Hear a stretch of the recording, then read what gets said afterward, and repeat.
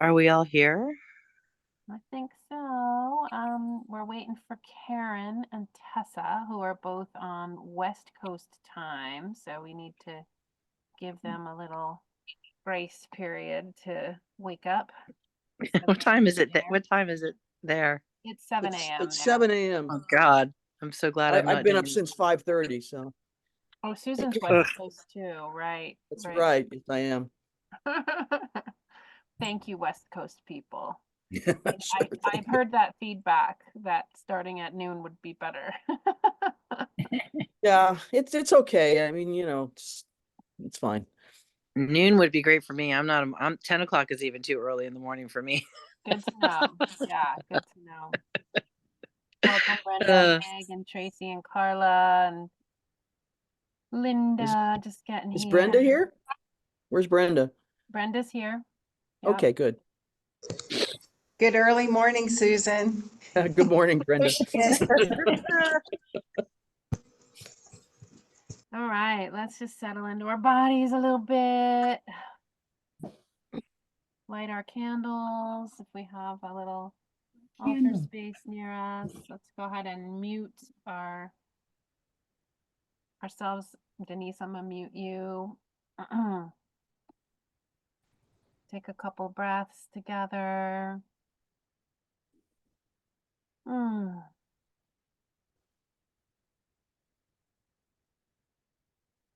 Our beloved Peggy is here, but she's had a really shocking, difficult, very close family friend death yesterday. So she's pretty shaken and she's going to keep herself muted with her camera off and see how it goes. And she's going to take care of herself as she needs to. But there's a lot moving for her. So Peggy, we're sending you love and beautiful heart. A heart sparkles for you and holding you today.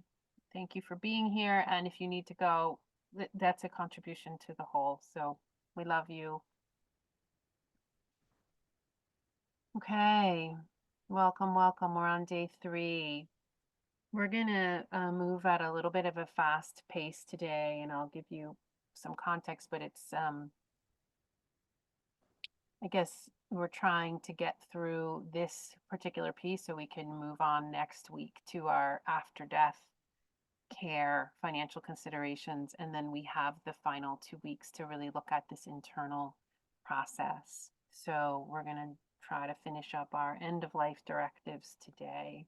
So welcoming in our sacred space, our candle time. We're all here together in the same time and space, even though we're in different locations. And I want to start with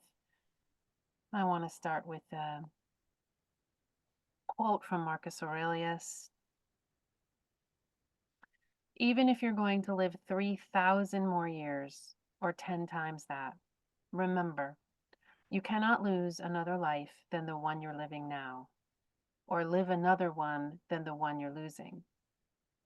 The longest amounts to the same as the shortest.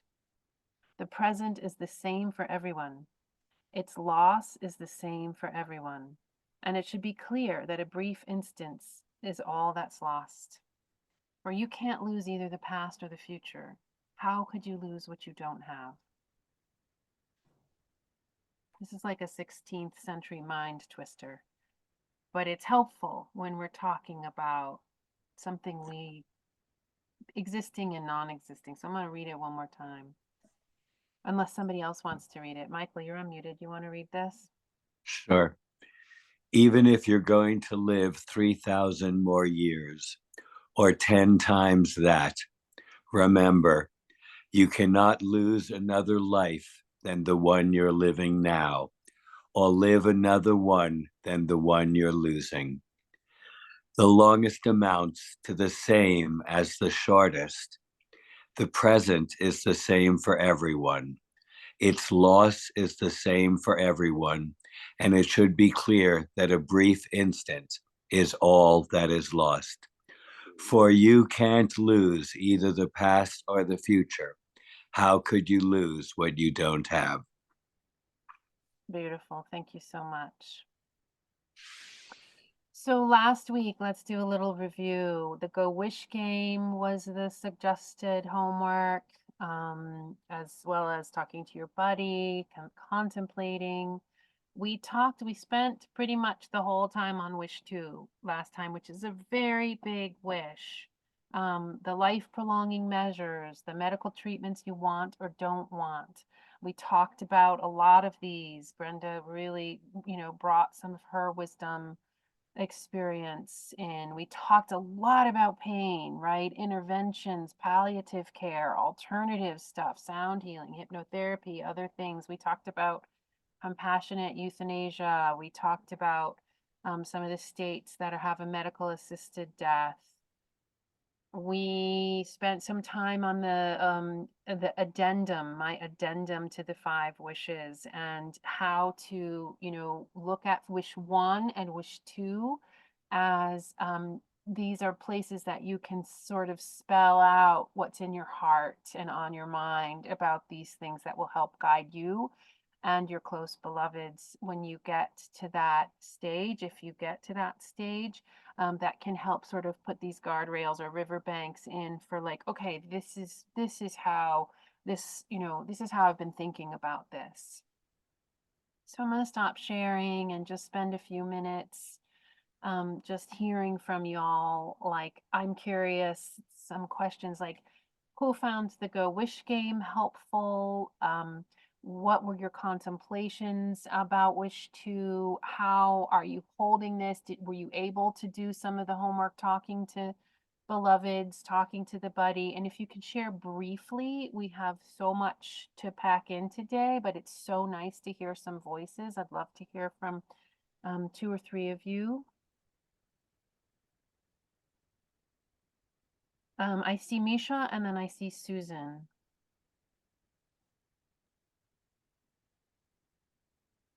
You got your mute issue on your phone. It's tricky. You got to just, there you I go. know. You just have to tap the screen and then it shows up. Exactly right. So I can go first. I wrote a little message out to both sides of my parents' families. They're brothers and sisters. They're both the eldest of 6. Well, on my mom's side, 5 now. And I just let them know that I'm taking this class and that I would like their support in end of life preparation for both of them. And interestingly enough, on my mom's side, I heard back from every one of her siblings. But on my dad's side, the only one that wrote back was my dad's twin brother's wife. And yeah, none of his other siblings. So, and what was interesting was like, he's probably the one that's going to go first. So, I've got it's an interesting antidote to what's the meaning of that. I love that contemplation. Yeah. So I've got a meeting set up for Sunday with my mom's siblings. We're going to do a Zoom call. Oh, yeah. Gold stars, girlfriend. And I'll just keep working on it with my dad's siblings, and maybe I'll just like reach out to them individually and maybe even just give them a call rather than texting. Yeah, you get extra credit for getting everybody together on one call. That's amazing. and then, you might be able to share that experience with your dad's side. Like, hey, we all got together on a call with my mom's side. It went really well. It went like this. Hey, how do y'all feel about trying that? Yeah. I love that. Yeah. Thank you. Thank you. Yeah. And my mom's siblings were very, my aunt, her closest sister, my Aunt Barbara, was just like, oh God, I know this is such a hard time in the life, but this is just life and you just got to get through it. And it just, I'm like, I know, I understand it's hard. And, and yet, these are things that I feel is important that we talk about and we can communicate and connect with each other. I'm the only one here in North Carolina that is close to them. Yeah. and I would really like your support. So, and I think I even have my mom's younger sister and her daughter are coming in the spring to visit. Wonderful. Thank you, I know. Melissa. Thanks for sharing. Yeah, you're Appreciate it. welcome. So that was my little ditty for the Yeah. Thank the you. week. Susan, what you got? Yeah, so my deaf buddy, Brenda, and I did the Go Wish game, and I got a whole list of, basically, I guess they're action phrases about, what your preferences are. So I took that whole list and I organized them in a kind of more cogent fashion. And then I rewrote them all as affirmations. And the affirmations led me to some really interesting discoveries, because I realized, when I wrote them in the present tense as affirmations, that I was basically in the process of manifestation. And all kinds of things opened up, I mean, just really simple things like, there's one about, receiving human touch, right?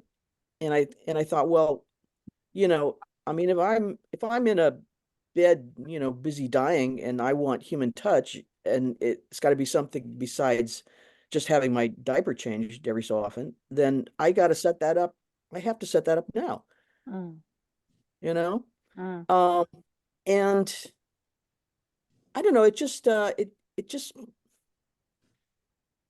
I realized that, we're always creating our future. Sometimes we just do it kind of by accident. It's like we just respond to different things, and, that pulls us in one direction or another.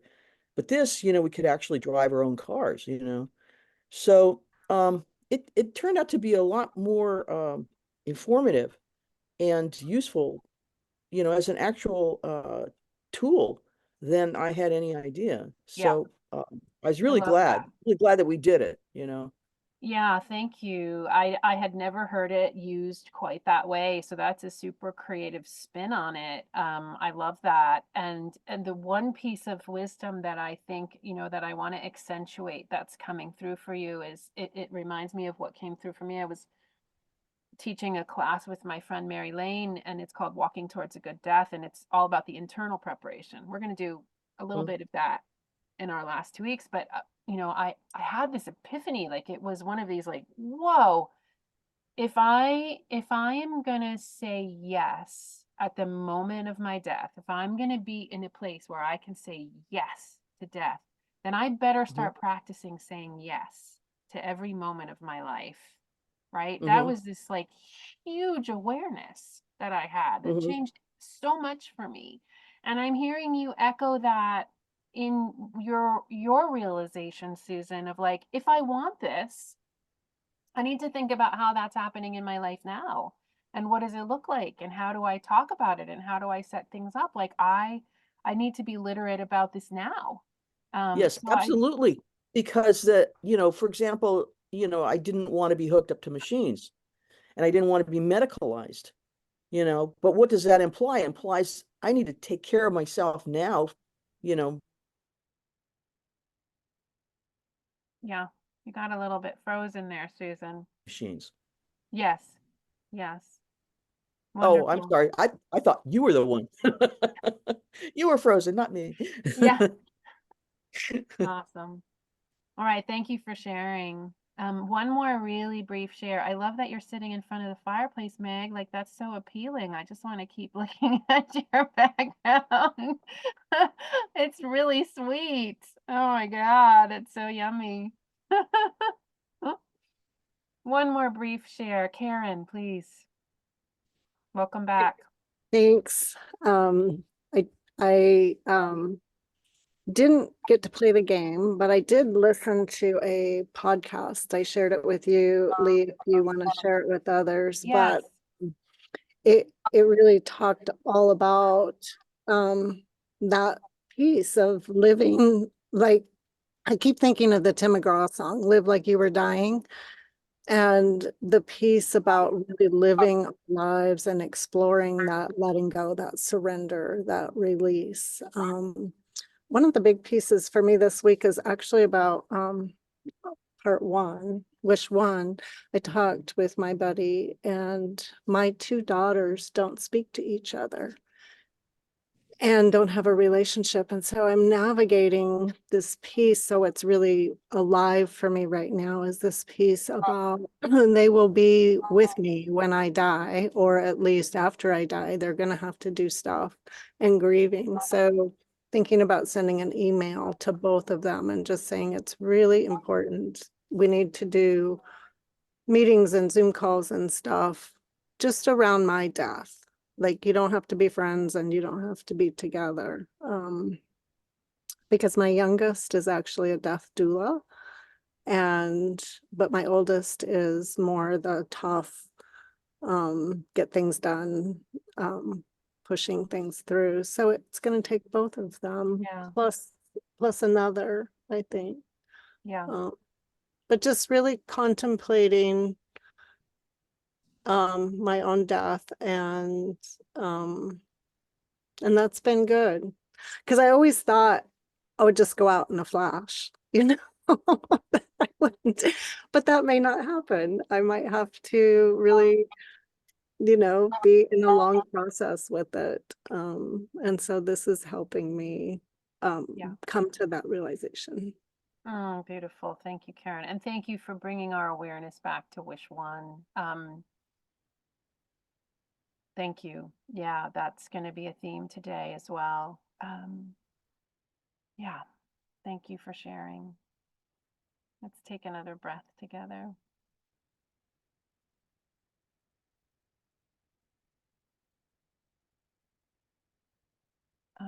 I just put the link to the Emerald podcast that Karen was talking about in the chat, and I've heard great things about the Emerald, and I've listened to a couple very poetic, very mythological, mystical. So yeah, I've heard great things. So that link is there. I'm gonna share my screen. Okay. So today we're going to do a little busting through some stuff. We have wishes 3, 4, and 5, plus the addendum versions of those. It's pretty quick. Those are much shorter. I have the dementia directives and then some additional comments about the MOST document, the DNR document, and then hopefully we can move through this and get to the death traditions, which Michael brought up, and we started talking about some last week, and I just wanted to say a little bit more about that. Tessa and I had a couple of conversations this week about it, and I wrote a little article, and I wanted to share some. It's sort of deep and rich, and so I want to get through our paperwork components, and then we can sort of sink into that if we have some time. And if we don't, we'll do it next week. We'll get to it for sure. We talked about psychedelics. Karen, it would be maybe nice for you and I to touch in on that a little bit, and maybe talk about death preparation and psychedelics. I'd love to save that for the last 2 weeks as we talk about internal preparation for death, but maybe it'd be sweet for you and I to connect a little bit. And yeah. Just that, yes. And in my opinion, just to put it out there, I think you said it last week as well, is that if you're interested in that whole piece about psychedelics, I wouldn't save it for the last. Like, it's more a preparation for living like you were dying. Yeah, let's get into the content of that during the last 2 weeks where we're doing a focus on internal preparation. Absolutely. So let's you and I talk outside of here and think about the timing and the frame. Thank you. All right, so that's our schedule for today. I'm going to keep us on a little bit of a brisk pace, even though we want to talk to each other endlessly, which I do too. But I want to remind us of the categories of end-of-life paperwork. This is really helpful frame to compartmentalize and help our brains understand this. And I want to remind us that the whole first category is really what we're still on and what we're going to be spending 3 full weeks on, which is these, end of life directives, advanced directives, healthcare power of attorney, healthcare agent, living will. These things all mean the same thing, which is who do I want to make decisions for me when I can't, and what kind of things do I want done to me when I can't? And so these are the wish 1 and the wish 2 is the most sort of contemplation heavy, challenging questions to answer that underpin all of this. So the reason we spent 1 whole week each on wish 1 and wish 2 is like, once you figure those 2 pieces out, all of the paperwork comes easier because it's redundant, and redundancy is really good and important in end of life paperwork. But wish 1 and wish 2 are the most important decisions. And from here on out, it gets a little bit easier. So we're going to move through wishes 3, 4, and 5 fairly quickly. And they do sort of bridge over into sort of after death to some extent. But we want to finish this booklet, and if you're willing to read, let me see, raise your hands. Karen, I see your hand. Anybody else? Let me see. Michael. Could you repeat the question, Lee? Who's willing to read? Okay, so Meg. So let's start with Karen, then go to Michael, then go to Meg. So Karen, would you please read, it's page 8 for me, the top in italicized, and then the whole wish 3.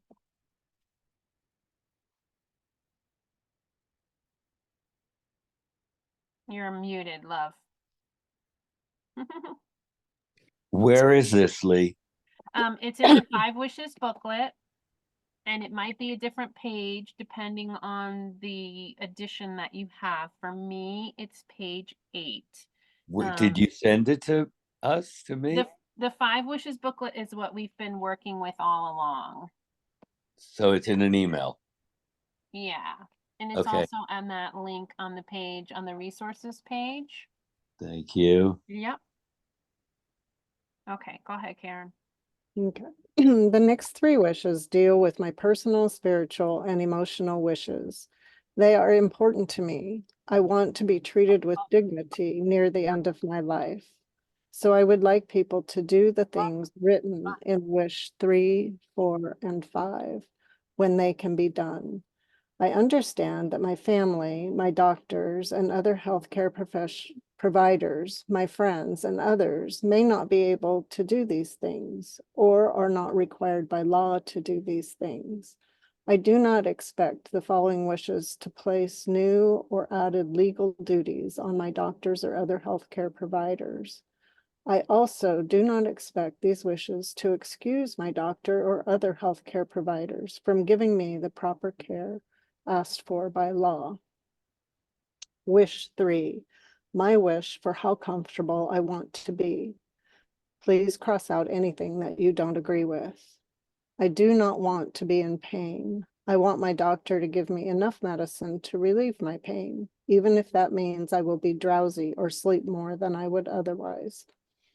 If I show signs of depression, nausea, shortness of breath, or hallucinations, I want my caregivers to do whatever they can to help me. I wish to have a cool, moist cloth put on my head if I have a fever. I want my lips and mouth kept moist to stop dryness. I wish to have warm baths often. I wish to be kept fresh and clean at all times. I wish to be massaged with warm oils as often as I can be. I wish to have my favorite music played when possible until my time of death. I wish to have personal care like shaving, nail clipping, hair brushing, and teeth brushing, as long as they do not cause me pain or discomfort. I wish to have religious readings and well-loved poems read aloud when I am near death. I wish to know about options for hospice care to provide medical, emotional, and spiritual care for me and my loved ones. Thank you, Karen. Mm-hmm. So you can see that wish 3 is Wish 2 really went into what, sort of medical treatments, and it's a sort of big deal with big decisions, right?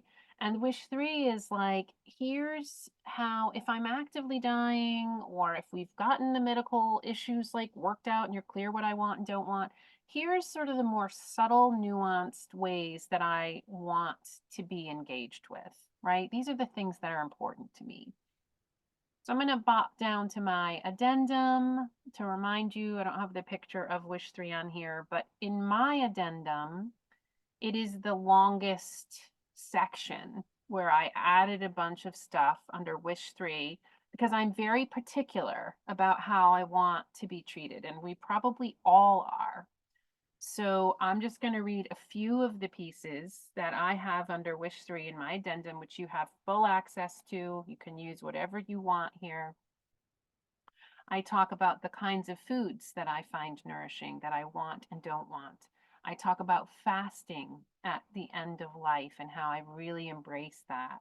I talk about nature connection and opening a window or having access to clouds or being able to see outside, a fresh breeze. One of the things that that makes me cringe is the idea of being in some sealed institutional room where I don't have access to the natural world, right? I talk about my bed linens, like I hate my feet being tucked. It's a weird thing I have, but I hate it, right? And I'm thinking, like, if I'm at the end of life and somebody tucks this stuff all around my feet, I'm not going to be happy about that, right? Lotions or stinky perfumey things, do not like them, right? And this is what Meg was talking about last week, which is I want to play with erotic energy with the death process. Like, if that's my practice, and these are the kinds of music I'm okay with. These are the kinds of music I'm not okay with. Commercial radio or TV, oh my God, nightmare for me. So I really go into some specific details about what I want. No cosmetics, please, or makeup before or after I'm dead. So this wish 3 is an opportunity for you to get clear about who you are, about what you like, and that can help your loved ones navigate. They may or may not know these things about you. Is that clear? Any questions about wish 3? I'm going to stop sharing for a second and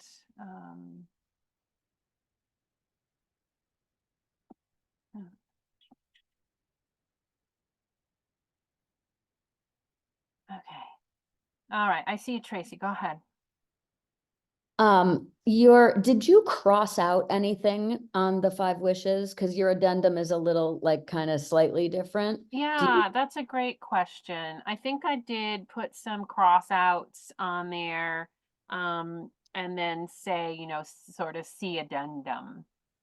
Yeah. Okay. Yeah, because they're a little bit contradictory, aren't they? Yeah. A little, and it's, Yeah. it's like you don't want to cross things out unless they're really wrong, is kind of my take on it. But Yeah, anyway, something for you to know is that institutions sometimes find the 5 wishes a little woo-woo. I They bet. want to know who your medical power of attorney is, and don't bother me with all this, right? Don't bother me with all this woo-woo business. Understandable, I have some understanding. They want the facts, ma'am, right? Like, that's it. And so in some ways, the 5 wishes is a really accessible entry point for us to think about this in our own sensitive ways. And then we can fill out these formal forms for these institutions who just want the facts, right? So it's just a beautiful template and process for us to sort of enter this experience, and getting clear about how you want to be, how comfortable you want to be is really a tender, very sweet process, Anyway, so just say that. Any other questions or comments about wish 3? Carla.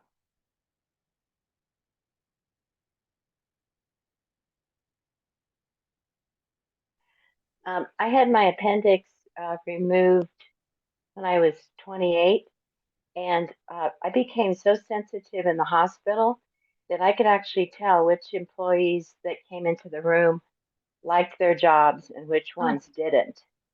And I had a friend die with her women's group surrounding her 6 years ago. And she actually had a friend who was her guard dog, and that guard dog knew which of her friends that were visiting would cause her more stress than comfort. So, I mean, I don't think names should be put into this, but she said it was really important for her to have that conversation, to not have people in the room very long that just rattled her. Yeah, I love that. Thank you. Those of us who are energetically sensitive, who are empaths, you know, I had a friend, Kimchi, who died, who really wanted her death to be an educational opportunity. She was such an extrovert, such a social butterfly, and the last few weeks of her life, I mean, there was a constant parade of people in the house, and I was so rattled by it, because it's not what I would want, right? And yet I had to grapple with my own process to not project onto her. I was walking a balance between, I don't know, like, is this my stuff or is this just like scattering her energy, you know? And I was just like really trying to walk this line of like, I don't want to make her death process like mine, but I was checking in with the other death tenders and being like, does this feel like too much? Like calling on the phone, like people like back to back coming to visit. And so like, if that would be energetically disturbing, put that in your addendum, you know. And I love what you're saying, Carla, and I do think it's okay to name names in wish one, around like, these are the kinds of people and the kind of energy that I imagine I want to be around. And you can even put that in wish three, like, I like a centered, embodied, soft, available and present energy. That's what I'm looking for in the people who are around my deathbed. Very good. I think it can be worded sensitively. Wonderful. Thank you. Meg, please. I want to thank you, Lee, for providing the Navigating Visitors at the End of Life document at the end of your addendum, because we give such helpful language. And, you know, I can imagine for people who are like guarding the door, it's helpful to have the, you know, diplomatic language to say, like, she's moving along in her decline process towards death. She's sleeping more, you know, we want to encourage this cycle. And then also I wonder if, like, of your death team, you might say, hey, this person, like I'm thinking right now of my bestie, is going to be able to tell, even if I'm unconscious, who I'm annoyed by and who I want there, right? And so, like, maybe I say to my death team and my husband, like, hey, you know, check in with KJ, because they're going to be able to sense into that. They're my energetic radar. They know what is happening. They are going to be energetically tracking. Absolutely love that. You know, the energetic tracker in the room, please refer to her. You know, that's wonderful. I love that. Brenda.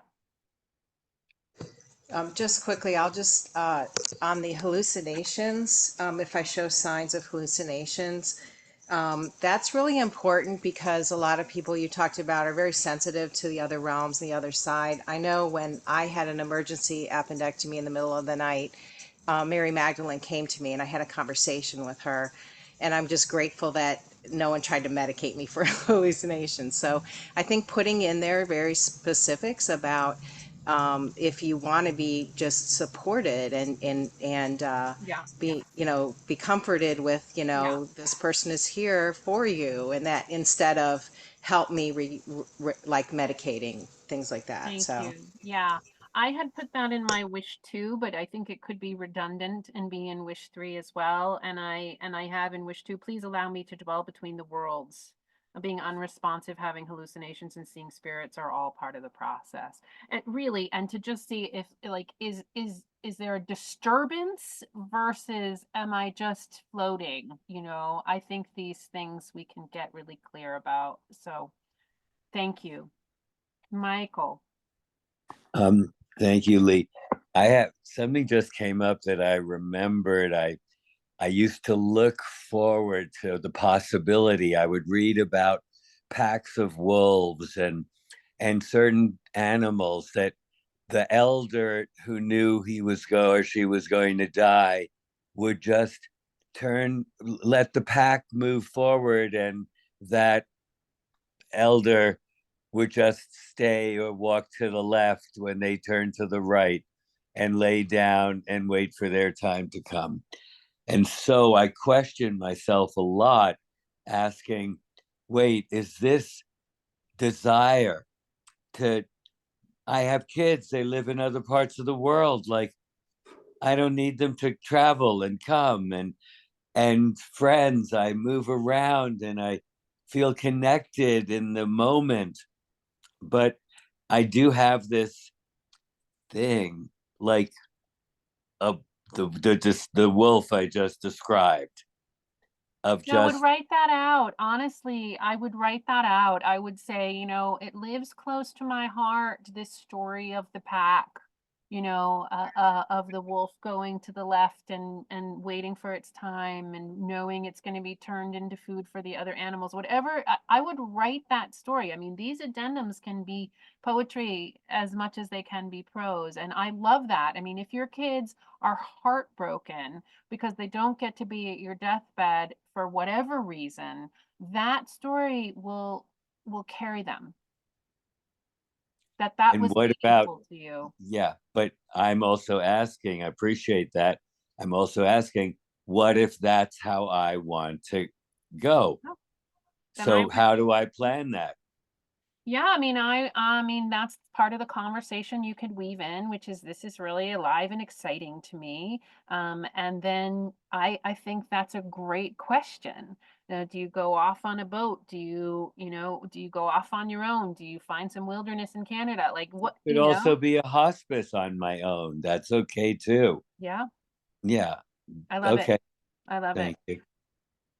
All right, let's move on to wish for. I think, are you next, Michael? Is that who? Is that you Yes. reading? Okay. Wish for. My wish for how I want people to treat me. I wish to have people with me when possible. I want somebody to be with me when it seems that death may come at any time. I wish to have my hand held and to be talked to when possible, even if I don't seem to respond to the voice or touch of others. I wish to have others by my side praying for me when possible. I wish to have the members of my faith community told that I am sick and asked to pray for me and visit me. I wish to be cared for with kindness and cheerfulness and not sadness. I wish to have pictures of my loved ones in my room near my bed. If I am not able to control my bowel or bladder functions, I wish for my clothes and bed linens to be kept clean and for them to be changed as soon as they can be if they have been soiled. I want to die in my home if that can be done. Thank you so much. Okay, so wish for is again another deepening into some questions about what does it look like for me? What lights me up? What is my particular flavor of end of life, right? And so this is an opportunity, and I love the 5 wishes for the template that it brings to sort of start the wheels turning, and then these are potentially points you don't care or agree with, and then you cross them out, but it helps you bring that information to the addendum and talk about who you are and what you want. And so I will just give you a couple of examples from my wish for in my addendum. And I say I'm open to a wide range of experiences, from the expansive to the contemplative, prefer to have sweet alone time and those close loved ones who can be easy and soft and present with death. So here's where I wrote that piece. I especially want to be with folks who know me to my depths and can honor both my life and my death. I relish being with beloveds who know how to touch, talk, and relate, and even laugh and cry. I talk about what kind of poetry. So I do some more of that there. I want to add something for myself. I just did this beautiful healing, the deepest healing process I've ever done, called Womb Surround, which works with perinatal trauma and experiences and help sort of integrate these experiences. And I really got this amazing sense of being able to talk to the fetus, to talk to the infant, even in the hospital, like, hey, hey, we're about to do a medical procedure and you might feel a pinch and we need to do this. But this is what's happening, like talking to the infant, right? Giving information so that the nervous system of the infant is ready and prepared. And I think, the same thing can be done at the end of life or even after death, which is, hey, we're going to wash your body now. We're here with you. You've just died.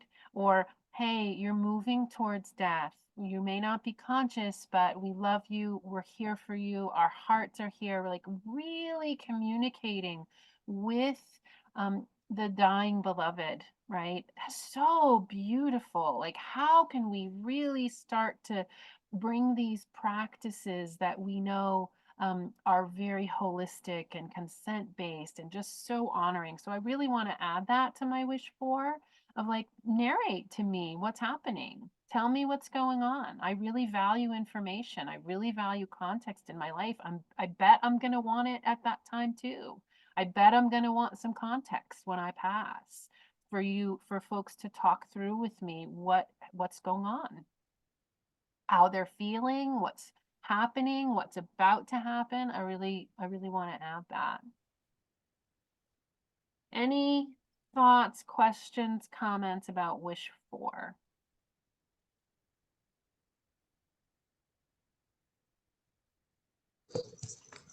Brenda. I'll just make a quick comment. So my sister died 18 years ago today, and Wow. even though she was not ready, she did no preparation. She was still getting active treatment the day she died. There was no hospice. She was in an acute medical unit. I just wanted to send gratitude to you for putting this kind of offering together, because we can be there with our family members who aren't engaging in all this part and still make a huge difference, I believe. And I think that the day she died, I just somehow knew what to do. I believe we have that within us. We can remember it. And I put my nephew on one side in bed with her and my mom on the other side, and just started like just orchestrating this calm, peaceful, she can still hear you even though, and I just feel like the even like we're talking about family members who are not, ready to do, but I feel like we can still make a huge difference in Yeah. someone's death. So I Yes. just want to put that out there. Well, thank you. And I think most people at a bedside are, I think most of us are aware of the sacredness of the time and space that's happening, but we don't know what to do. So I think there's a lot of willingness and openness on the part of family members to be guided, right? And if there's an impulse, if there's an intuition, if there's a sense of knowing, I would say take the risk, take the risk, offer guidance, because folks, because we've lost so many of our death traditions, because we are death illiterate and death negative often in our culture, folks are a bit paralyzed. They know something important's happening. They just don't know what to do. So thank you for bringing that up. And just having gone through a class like this, having thought about this, you have so much to offer in situations, so much. So thank you, Brendan.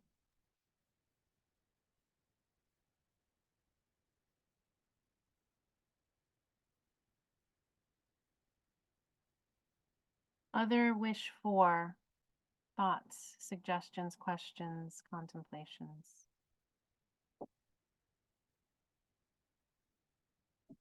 Okay, let's move on to wish 5. You're on, Meg. Wish 5. My wish for what I want my loved ones to know. Please cross out anything you don't agree with. I wish to have my family and friends know that I love them. I wish to be forgiven for the times I have hurt my family, friends, and others. I wish to have my family, friends, and others know that I forgive them for when they may have hurt me in my life. I wish for my family and friends to know that I do not fear death itself. I think it is not the end, but a new beginning for me. I wish for all of my family members to make peace with each other before my death, if they can. I wish for my family and friends to think about what I was like before I became seriously ill. I want them to remember me in this way after my death. I wish for my family and friends and caregivers to respect my wishes, even if they don't agree with them.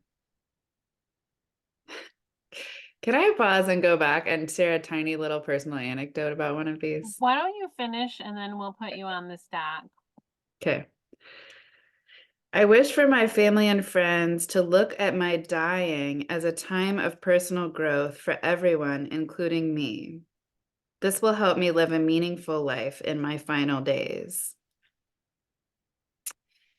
I wish for my family and friends to get counseling if they have trouble with my death. I want memories of my life to give them joy and not sorrow.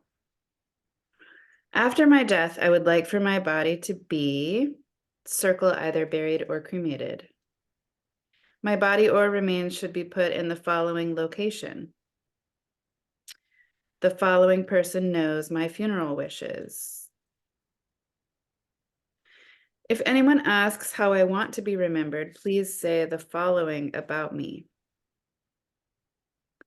If there is to be a memorial service for me, I wish for this service to include the following. List music, songs, readings, or other specific requests that you have. Please use the space below for any other wishes. For example, you may want to donate any or all parts of your body when you die. You may also wish to designate a charity to receive memorial contributions. Please attach a separate sheet of paper if you need more space. Awesome, thank you. I'm just make a few comments, Meg, and then we can come back to you. Sure. There's a lot about wish 5 that doesn't resonate for me, and I think that I love that the 5 wishes are trying to make a one-stop shop experience for people who might be reluctant to do end of life paperwork. Like, it's great. They're just throwing the kitchen sink in there, and like it's awesome. It's a place to start. But I crossed out a lot of things on here that I didn't resonate with. Just from my own beliefs and my own trying to move towards a death positive worldview. And I think this template could just work for a lot of people. Like, yeah, that sounds good, great. Let me throw a few things in there. It's something for a family that needs something. It's something. But I did really do a lot of crossouts personally for wish 5, and I put a lot of in my addendum for wish 5 as well, along the lines of like helping people understand what my spiritual practices have been. That I'm okay if they remember me when I'm dying. That's fine with me. That I believe everyone has the right to a good death, and what does that actually mean to me? And so I just want to again encourage you to make this your own, to really make it your own. All right, let's open up for a little wish 5 discussion. Meg, you want to start? Yeah, one little note that I made is that I don't want to say a place for me to be buried. I want to be buried somewhere near wherever I die. So like if that's at home, which is ideal, then here, obviously, but like also if I'm traveling and I die, I don't want people to like have to put chemicals in my body and put it on an airplane and all that. I just want and that was a good thing that I hadn't thought about before, to be able to clarify. But the one that reminded me of a little anecdote was about wishing for my family and friends to think about what I was like before I became seriously ill. My husband's father died of non-Hodgkin's lymphoma, and my husband has been for like 25 years haunted by dreams of his dad dying and in the deathbed and unwell and, all feeble and sick and in pain. And a friend who's sort of a psychic medium recently said, like, hey, tell me about your dad and like your relationship with your dad since you've been dead. And like, he's like talking to me through, he wants to tell you something. And Tim's like, yeah, I dream about him like once a week. It's really hard. And she said, he has a request for you if you want to hear it. And Tim was like, yeah, of course. And she said, okay, he wants you to stop remembering him as sick and dying and remember him as like strong and in his healthy, strong time. Beautiful. And immediately the dreams started shifting to these like hilarious situations where Tim would be like in Greece on a bluff at a bar overlooking the Mediterranean, and then like this chariot rides up and his father is like built out like with like a like olive crown and like riding these, driving these horses and laughing and saying, my son, come. And it was just so interesting to me how like the shift that happened there. And Thank you. Yeah, that's a beautiful piece. I love that story. I love the dreams. Yeah, beautiful. Thank you. What else on Wish 5? This catch-all bucket they're doing here at Wish 5, which we're going to have redundant paperwork for. So it's great.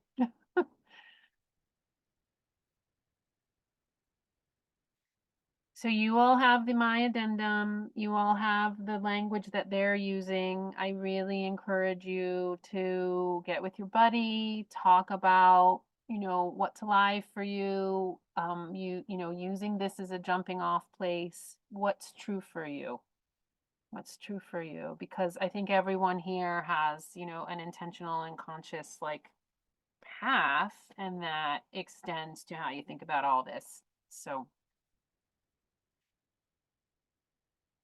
All right, we are moving along, moving.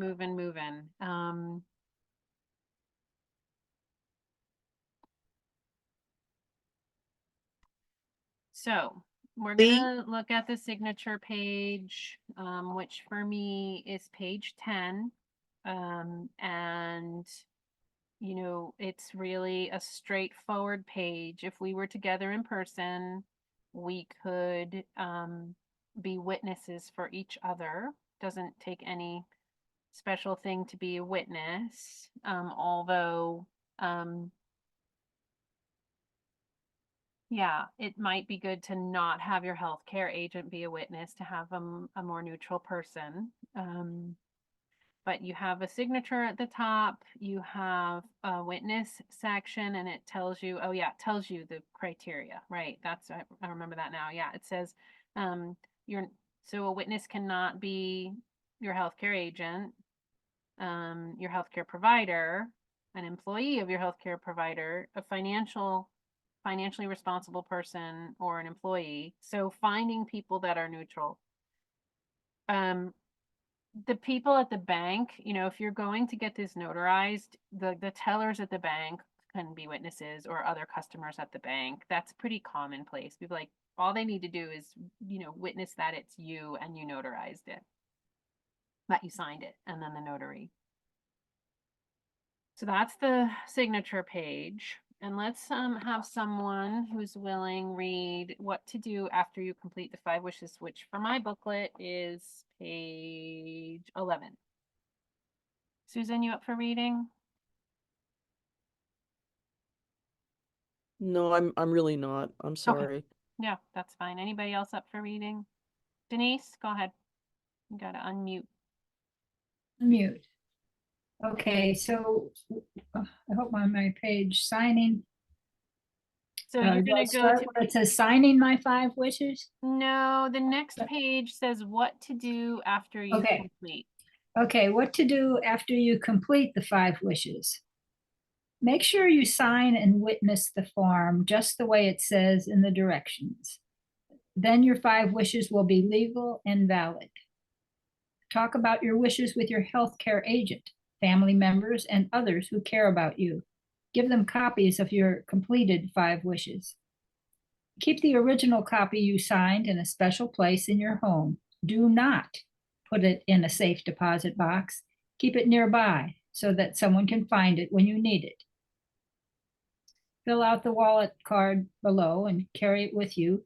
That way people will know where you keep your 5 wishes. Talk to your doctor during your next office visit. Give your doctor a copy of your 5 wishes. Make sure it is put in your medical record. Be sure your doctor understands your wishes and is willing to follow them. Ask him or her to tell other doctors who treat you to honor them.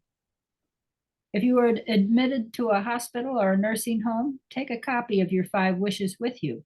Ask that it be put in your medical records. I have given the following people copies of my completed 5 wishes. Excellent. Thank you. You'll notice a little cutout section at the bottom there, and you can certainly say, you know, this is where my documents are located. This is my primary care physician. That's fine. I want to make some addendums or to add some pieces onto that. Let me stop sharing. So this is a plastic little plastic envelope with a snap on it. You can get these at office stores or whatever. There is a sort of tradition in the deaf community that you put all of your, at least a copy of all of your end of life documents, and you stick it in a plastic sleeve and you put it in your freezer. And the reason that you put it in your freezer is that if there's some kind of emergency where, you know, EMT folks are coming into your home, like the freezers for folks is usually right there in the kitchen. And it's got some sort of lead-proof, fireproof protection, depending. And it's not locked away in some file cabinet where someone has to rifle through papers. Like, it's the only thing in the freezer that's going to be made of, you know, a file folder, right? Everything else is likely going to be food. So that's what folks tend to do. I have made a PDF document out of all of my end of life paperwork and emailed it, put it into my Google Drive and emailed it to not only my healthcare agents, but some of my closest friends. So everybody has a copy. They have a link, they have a copy, and whenever I update it, I send those people a new link to the Google Drive and a new email with the one PDF. It has all the documents in that one document so that it's out there. It's not just in some, I mean, the problem, you know, and then who recommended that cool thing? Let me find it. I had it pulled up in my tab, which is the Knox box. And that is this really organized plastic case with tabs that have every aspect, like what's up with your vehicle, where are your passwords, where's your mortgage and your lease, where's your utility bills, and where's your Medicare, where's, you know, like taxes, like all this stuff like that can like give all of this summary and context. Very cool idea. But I still think it's helpful to have the basic end of life stuff in a folder in the freezer or super accessible, because those things, most of those things are going to be dealt with after death. But if you need, like, if your healthcare agent needs to know, like, God, what are the basics here? This person's in the hospital and I need to know the basics. It's really helpful to have that on hand. But I will send in the chat, I will send this Knox box. Oh, Peggy. Yeah, thank you. Peggy was the one who sent it to us. So here's knoxbox.com.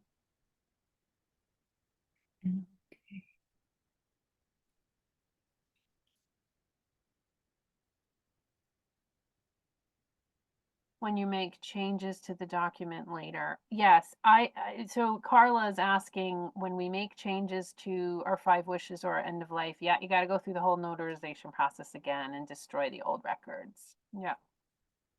Yeah. Okay. Yeah, the links, I didn't fix the other links, Meg. It's in my mind. I'm going to do it. I will do it. Susan, you have some thoughts. Well, I actually did get a Knox box not too terribly long ago, so that's part of my preparations here. But what I wanted to say was, I went to a seminar recently that had, paramedics and funeral home directors and whatnot. And what I learned there was that paramedics, if they come into your home, and they go to the refrigerator door for the do not resuscitate form, the green do not resuscitate form. So that's, they just glance and see if there's one there. And nobody said something about checking the inside of the freezer, Yeah. Yeah, that's a good idea. We're going to talk about DNRs next. Thank you. I just put, for Misha and anybody else who needs it, the link to the resources page on my website that has all those documents. I put it in the chat. All right. Anything else? I would put your name and your date of birth on the front of your 5 wishes document, because if you're like me, you'll start collecting a bunch of 5 wishes from other people, copies, and then you'll have to sort of rifle through your files and figure out like where's yours, right? So put your name on the front. I think I mentioned to you before, if you go to the 5 wishes website, you can order, I think you can order one of these booklets for $5, but you can order 25 of them for $1 each. So you might as well get 25 and hand them out like candy, give them to all your friends, bring them to a party. Any other questions? Like really, why don't you pull out your checklist, and we've gone through wishes 3, 4, and 5, and make some notes about what you want to think about, what you want to do, what you want to accomplish around wishes 3, 4, and 5. I'm guessing read them, contemplate, and write your own would be my guess.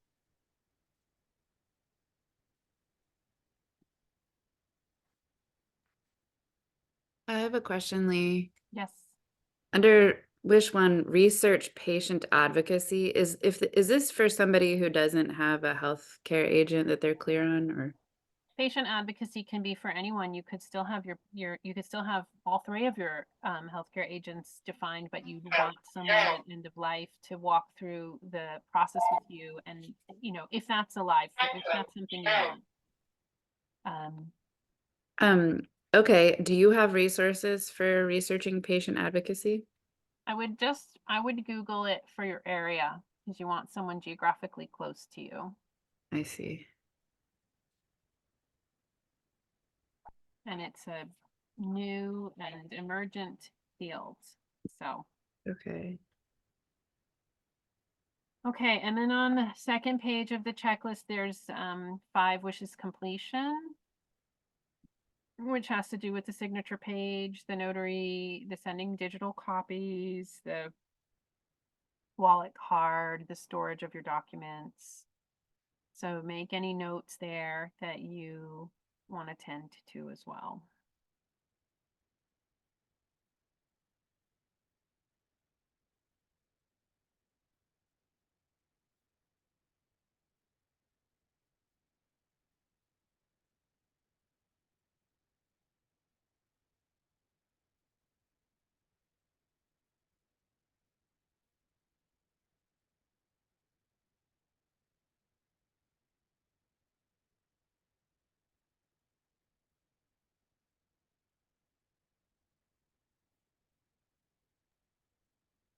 Buddies. I have one more question. Yeah, sure. Hold on one second, Meg. Buddies, make sure to help your buddy. Really focus on 5 wishes completion. And if they're stuck on wish 1 or wish 2, which is usually where people get stuck, see if you can really help them stay attuned and supported to that wish until they can get that piece completed. Usually where people get hung up is wish 1 and wish 2. And sometimes they may need to start backwards. Start with wishes 3, 4, and 5. Feel like, oh, okay, I got this. This is completed. Let me go back and now deal with or face, some of these conversations I need to have in wish 1. So stay on the 5 wishes and your buddy process for as long as you need to really try to get through those. Meg, go ahead. At the end of wish 2, there's something about end of life condition or end stage condition. Is that what you think it is? Like, you've been sick for a long time, this is the end, clearly the end, no question. Yeah, I mean, that's how the 5 wishes document, that's the phrase that they use. But yes, it means like, let's not do a bunch of intervention if I have an end stage condition, right? It's a catch-all phrase. Okay. Yeah. Susan. Yeah, so I just Googled patient advocacy in Bellingham, Washington, and I discovered that the community college has an entire patient advocacy and navigation program. That's exciting. Isn't that amazing? Yeah, that's really amazing. It's really amazing. I mean, you know that the behemoth medical institutions have gotten out of hand when they have college courses for how to navigate them. Exactly. Yeah. College So if I- programs, whole studies of majors in college, like how to navigate this behemoth, Yeah, this certainly makes my research a little easier. I Yeah. know who to go talk to. Yeah. Yeah, I love that. I love that. Thank you. Hope, there's like, the death literacy pops up here and there in our culture, and it feels good. It's really good. Thank you. Linda, did you have a question? No, I found it. The wallet card. Yeah, the is wallet not, card. It's not on the last page. It's Yeah. on the page before that. Yeah. Yeah, Thank you. it's the last inside page, right? Yes, I do have a question. You Please. said it was okay for us to share the five wishes document with others. What about your addendum? What do you feel about us sharing the addendum with people that are? That's a great question. My preference is that you share your own addendum. Okay. That my addendum gets shared with people who take the class with me, and that you make your own. And then if you want to share that with others, that's up to you. Thank you for asking. Thank you. Oh, I guess I do have another question. Please. But this is back to wish 2, the list of your treatment. What are the issues around taking antibiotics? That's a great question, and probably a bit of a rabbit hole, and Brenda could probably answer this better than I can.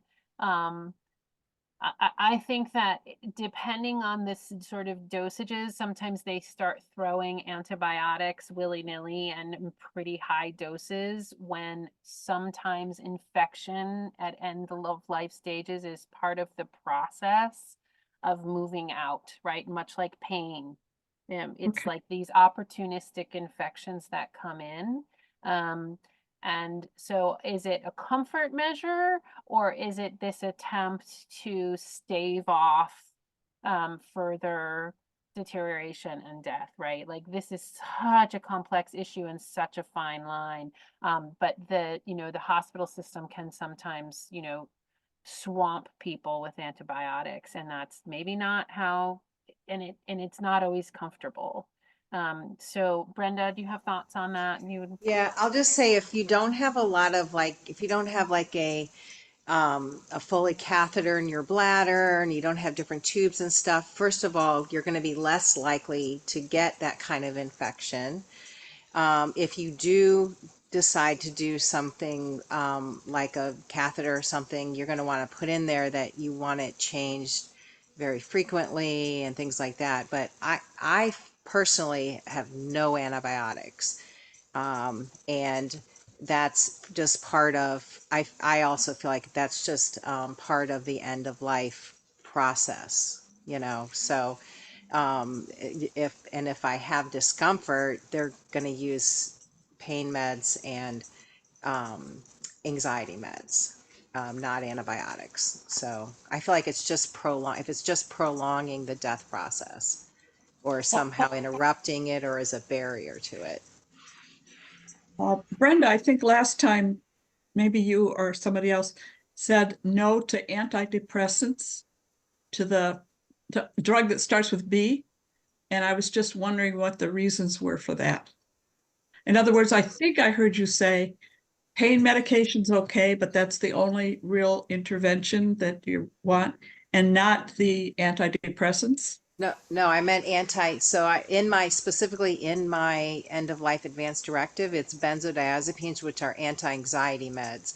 And when you use them with, when you use them with narcotics, you can get away with lower doses of narcotics to feel more comfortable, as long as it's low dose of each.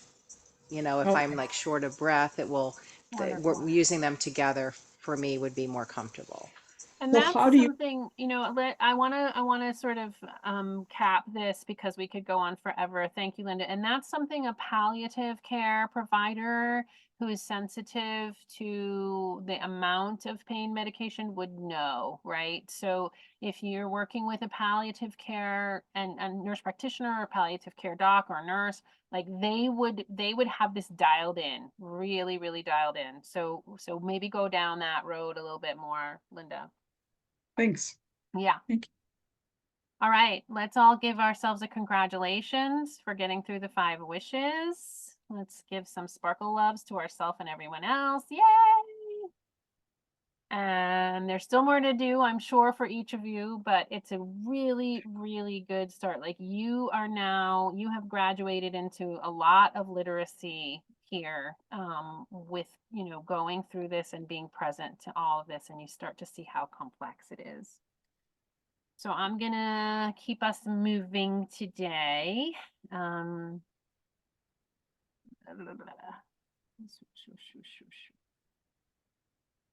Whoops.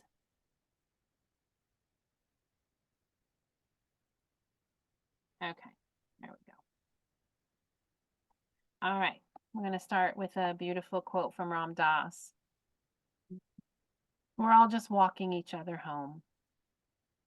We are all just walking each other home. So sweet, so simple. So we're still in column 1. We're still plugging along in column 1. I want to introduce you very briefly to the end of life dementia directives. And this is something that is beautifully free at dementia-directive.org. I'm putting in the chat, and you can also get it on my resource page on my website. Standard advanced directives, the ones we just did, the living will, the 5 wishes, they don't usually cover the complexities of dementia.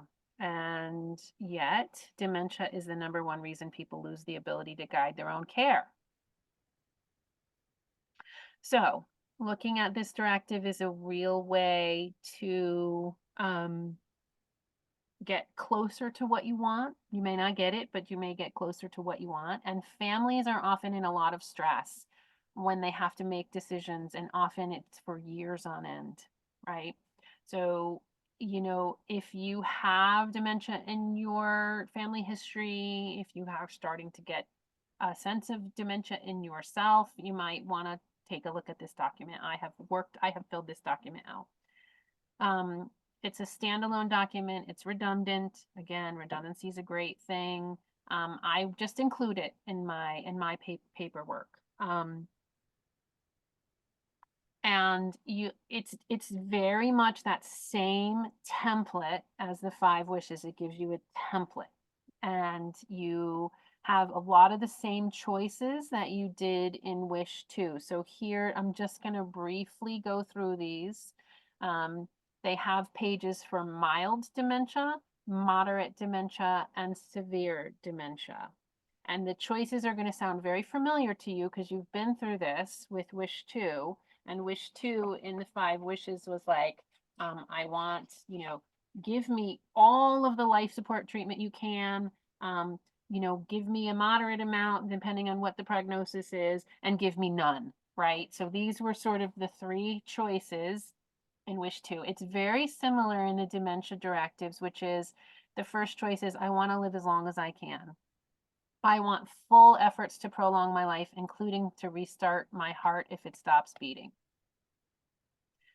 And this, again, you're going to do this for mild, moderate, and severe dementia. You're going to check these boxes, right? The next one is, I want to receive treatments to prolong my life, but if my heart stops beating or I can't breathe, I do not want to be resuscitated. And I do not want to be put on a breathing machine, right? If either of these happen, allow me to die peacefully.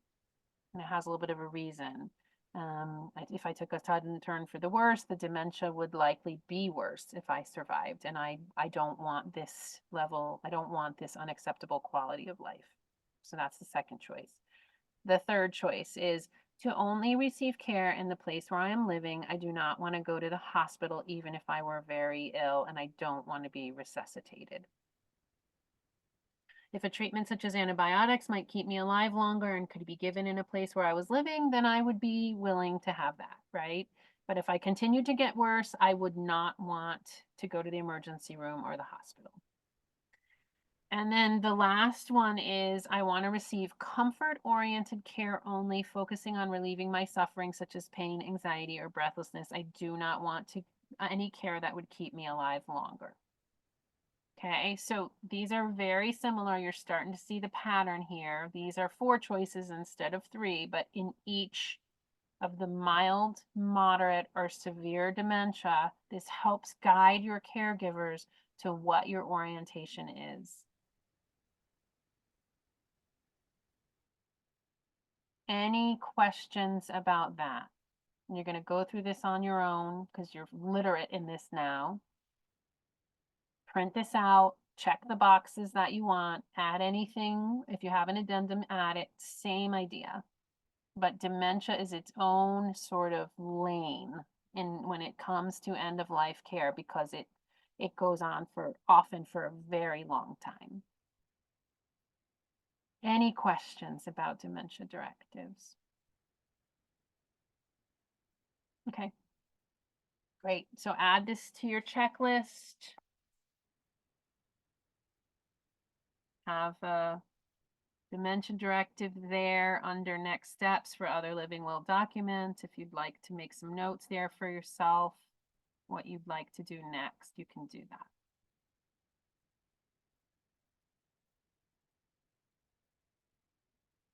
Okay. Everybody feeling ready to move on from that?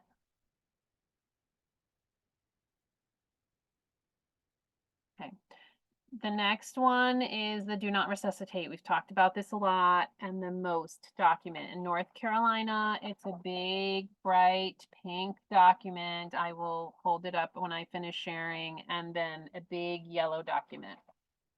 Your state, both of these documents are on my webpage for North Carolina.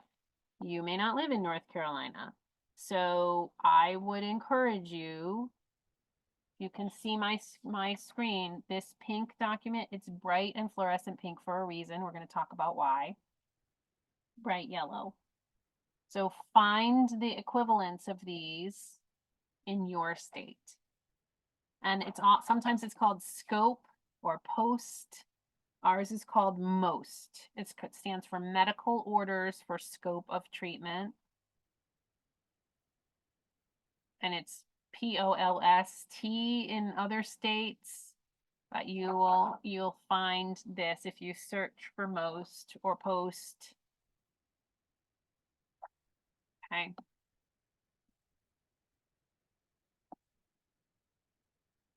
So redundancy.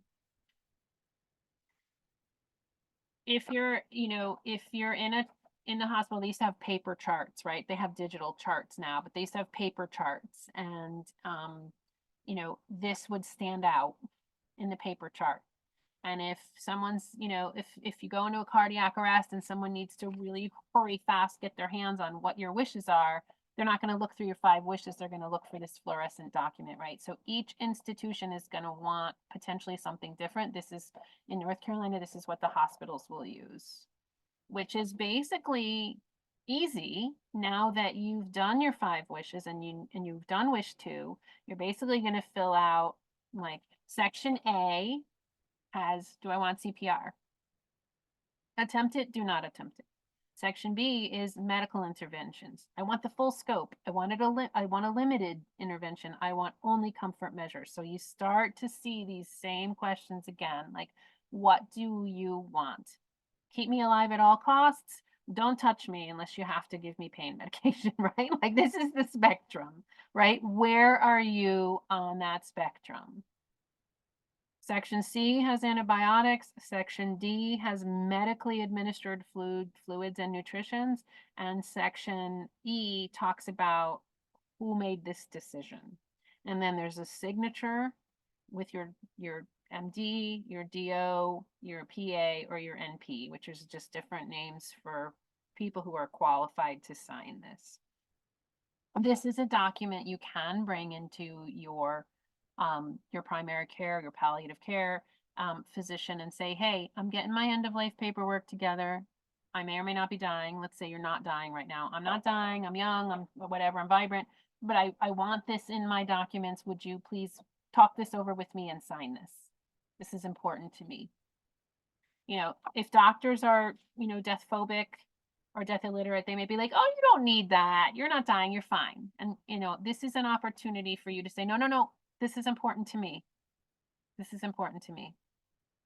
I really want this in my paperwork and my files. So when you order these, you could have a couple of them. You could order, you know, let's say 3 of them. They're like, whatever, 50 cents usually when you order them, because, you know, if you pull it up online and you don't have bright pink paper, it's nice to have it be standard. You know, right before COVID, I ordered like 200 of them, which I now have, and all of my classes are now online. And then the back just has a section down here at the bottom for when these things get reviewed and updated. So if you review it every year with your doctor, they would just put the review date and signature. So this is part of what, you know, the 5 wishes being woo-woo to some institutions, and we want to streamline this and say, I've already thought about this. It's in my 5 wishes for people who love me, and for the systems that want it, you know, quick and dirty. What's the answer? Here's the document. Got it? Great. Awesome. Michael. Oh, I didn't understand. Do we also get them at our doctor's office? You know, some doctors' offices may have them. I would go to the state you're in and get them mailed to you. They'll mail them to you, or you can go to like the Department of Health and Human Services, and they should be able to give them to you. And then you could bring them to your doctor or your hospital. It just depends on how fluent that your doctor is in death stuff. Misha. So what if you've got your, you know, you've made up your mind on your documents and you know, to do not to be resuscitated, but what if it comes to, you know, you're at that point and you're like, wait, no, I don't want to die, you know? Are you, you know, you can change your mind at the end and be like, You know, hey, this comes back to, like, in that situation, being in an institution setting is on your side, because they might ignore them anyway. They might ignore your wishes anyway and try to keep you alive. That's their orientation, you know?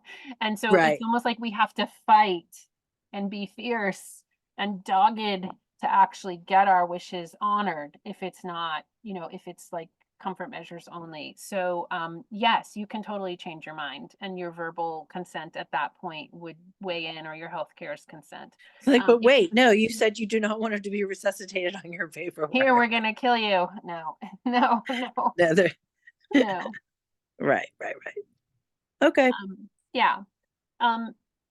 I like the idea of posting, you know, if you're at home and there is a dying process, we're going to talk about DNRs next. I love what Susan said, post on your refrigerator, post above your bed, and post on your front door. That's what I like to tell people to do. Post in all 3 places. So those EMTs cannot, if they come in, they see it at the front door, they see it on the refrigerator, they see it on your headboard or above your bed. Like you just cannot be, you know, you just cannot post it too much.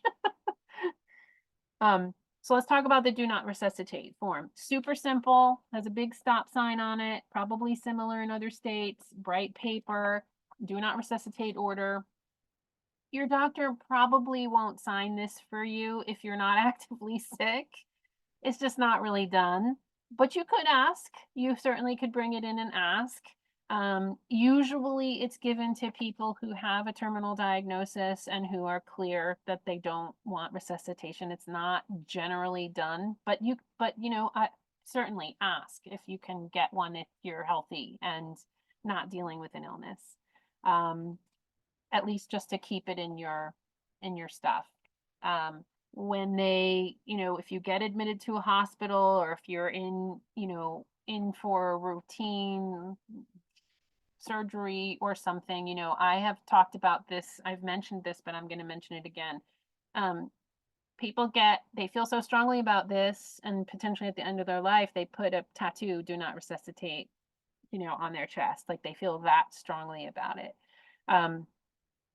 And I heard this story. I don't remember where I heard this story, but I think it's probably pretty common, where someone went in for foot surgery and had this tattoo on their chest, and the doctor said, well, let's just cover that up with some gauze and tape, because you're just going in for foot surgery. It's not an issue.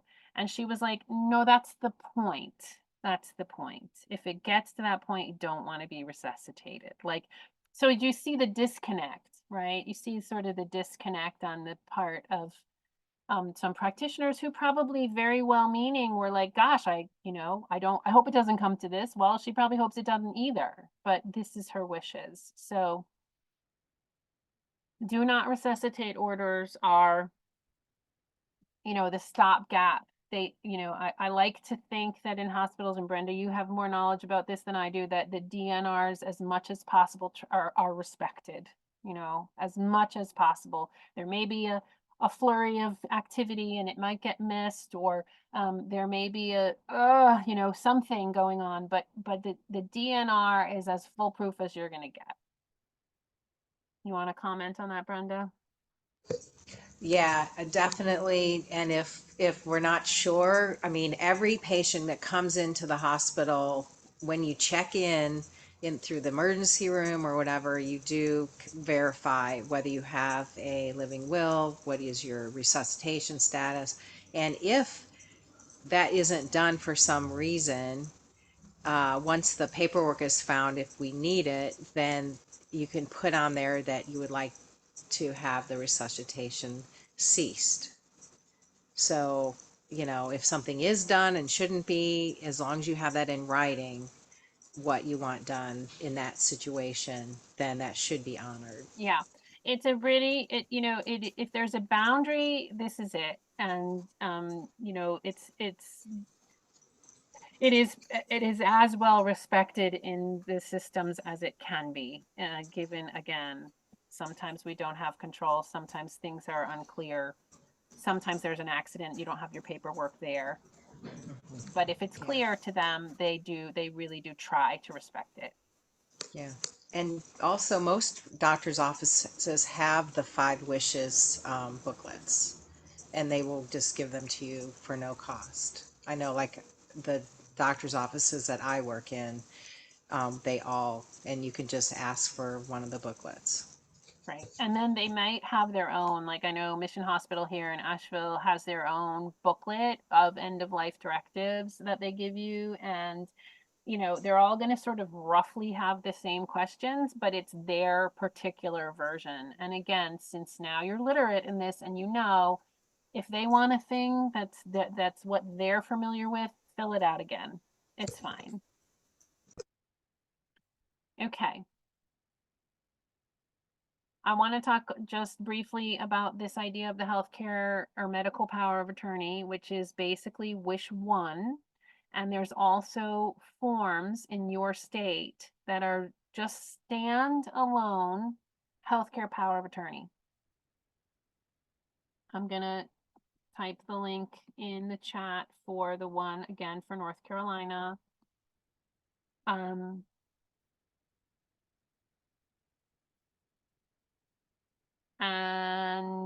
And also for the DNR, it doesn't Yeah, work. that's on my website. Meg said the link is broken. I'm a little surprised Yeah, about it is. that, but I will look at it again. I will look at it after class and make sure it's connected.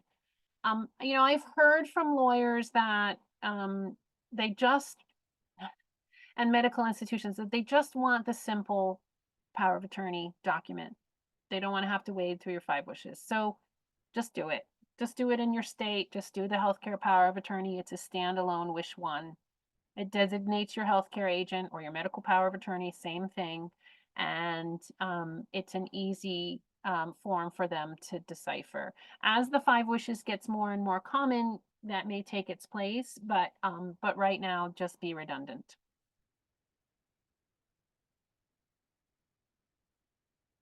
Okay, that was a lot today. Y'all are hanging in there. Let's stop sharing and see what's there for folks. That was a lot of paperwork talk. How are y'all doing? Comments, questions, discussion, Susan? Yeah, the 5 wishes, they have to be witnessed and notarized. Do other standalone pages have to be? Absolutely, yeah. The Okay, so- healthcare power of attorney does as well. Mhm. This pink most document and the DNR document don't have notaries, but they do have a signature of a physician, which is what Okay. the institutions are going to look for, is that your doctor said, yes, I am in agreement with this. Mhm. So that sort of takes the place of the notary. But you know, you can get all your paperwork together and just save the notarization for the very last step and sort of bring it all in. Right. Healthcare Thank you. power of attorney standalone document, I'm pretty sure has a notary section. Okay, doke. Other questions, comments, integrations, thoughts about all of this? Misha. What generally happens when you don't have any of the paperwork in If you're- order? I mean, if you're conscious, you'll be asked. If you're not conscious, you will be kept alive as best as they can. In acute situation. Brenda, yes, please. Can I just comment, because we Please. get consults all the time about the person's capacity to refuse different types of Yes. treatment, whether it's end of life or not or anything. So the way, as a consulting psychiatrist, the way I and our department handles it is, if you are awake and aware enough to say the name and sign a paper that says, I want this person to make all of my decisions, you can do that even though you may not have capacity to decide on different treatments or tests or things like that. So even if you're pretty incapacitated, we will let someone choose their decision maker. And so that's why it's important to have someone, if you're not going to do all the paperwork, at least have someone you trust that's going to know you well enough to make those decisions. And we even have just making an X and next to someone's name is enough, so that that person can then take over. And so, you know, Uncle you know, Dustin from California can't come in and all of a sudden everything is upside down. You know, you have one person that you will make all of your healthcare decisions. Yeah, If and unfortunately, hospitals have to deal with that all the time. You know, I have a friend right now that just flew to Texas. His mom's in the hospital and he's the healthcare power of attorney. But the sister who's been estranged is coming in saying, I demand this, I demand that. How am I being, how is this happening? That's not what I agree to. And then the hospital has to deal with this irate family member who's clearly distressed, but not in a decision-making capacity. This happens all the time. It's very stressful, very stressful. Yeah, and that's why a lot of hospitals, most hospitals have an ethics committee that will support the person for their autonomy. Because the idea is that you want people to have their autonomy to make these decisions. That's such a core. Like nowadays, you know, that's really a core thing. Is you have certain rights as a patient. You Yeah. know, and as a so that's why we will get ethics committee consults when you have something like that happen to help kind of spread the the pain over multiple people and be able to continue to honor the person's wishes despite all the turmoil that can happen. Yeah, and that's the best worlds. Then we have the sort of not so best world where you and I share a friend, Misha, whose T cells counts were down to 0, was admitted into the hospital in Pennsylvania, and they decided, even though he was saying what he wanted, that he was not of sound mind to make the decision, and they went ahead and did treatment against his wishes. Right, So it but someone happened. should have asked him if he was not of sound mind to decide on treatment. The question should have been, who would you like to make medical decisions moving forward until you regain your capacity? And it's a Right. temporary. Beautiful. So they Thank asked the you. wrong question. It's Yeah. okay that the person can't make, but they can make a decision on who to make the decisions. Right. And the situation was so pressured in that moment, and the only people around him were actually blood family members who all wanted him to have treatment. And so the person that he might have, you know, elected that would have stood up for more of what his personal values were not available in that moment where decisions needed to be made lickety split. And so those are the kinds of situations that just get complex. And he could have revoked that at some point, but then he was in ICU and, you know, all kinds of things happened. So these are just, you know, there's just so many variables to this. And that's why we are doing our paperwork. We Who, are taking. Go who ahead. made that he wasn't of sound mind? The hospital staff. Wow. Did he live? Yes. He did. And he's still sorry that they did it? I think that I can't answer that question. I think it's a mixed bag. Yeah, you only need 2 physicians to say that you do not have capacity to make healthcare decisions. And if you're lucky, the second physician will be a palliative care doc or like a family doc or a psychiatrist who says, wait a minute, we need to just figure out, it's not about him making decisions, it's about who does this person want to make the decisions. That's the step that gets very unfortunate depending on who that second physician is. Right. That gets, you know. Right. And if they're not of sound mind to make that decision and they're being pressured by who's around them, then that's also a challenging moment. It can be a challenging moment. Thank you. Susan. Yeah, it occurs to me that that dead people don't pay their hospital bills. Yeah. So that'd be a powerful motivation to keep him and anyone else alive. That sounds like a good name for a book. Yeah. I mean, not to, you know, be too down on hospitals, but Yeah, I mean, you you know, the estates Yeah. pay hospital bills sometimes, but you're probably right. Yeah, after a while, sure, after a while. Yeah. Yeah. Yeah, thank Mhm. you. Thank you. All right, how are folks feeling? So here's the question. Do we want to stay and sort of integrate and digest all that we've done today? Or do we have bandwidth to go on to talk a little bit about death traditions? Let's see, if you feel like you want to stay and integrate what we've done today and not go on to a new topic, raise your hand now. Okay, and if you want to go on to talk about death traditions, raise your hand now. Okay, you all win. You all integrate.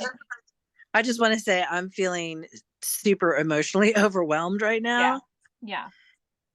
Thank you. Thank you.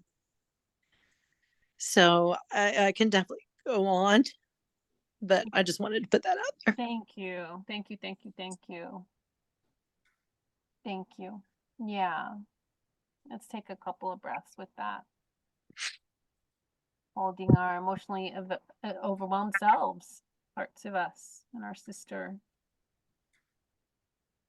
Yeah, it's a lot to process, especially when you've got a loved one that is in this process. Yeah. Thank you for holding the space. Yeah. And slowing down is really good, really important, really important.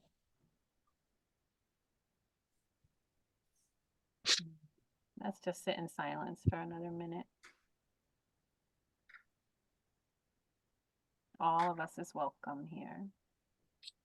Yeah, like, everyone else raised their hand to go, and I was like, yeah, I'd like to run away and like not feel my feelings, but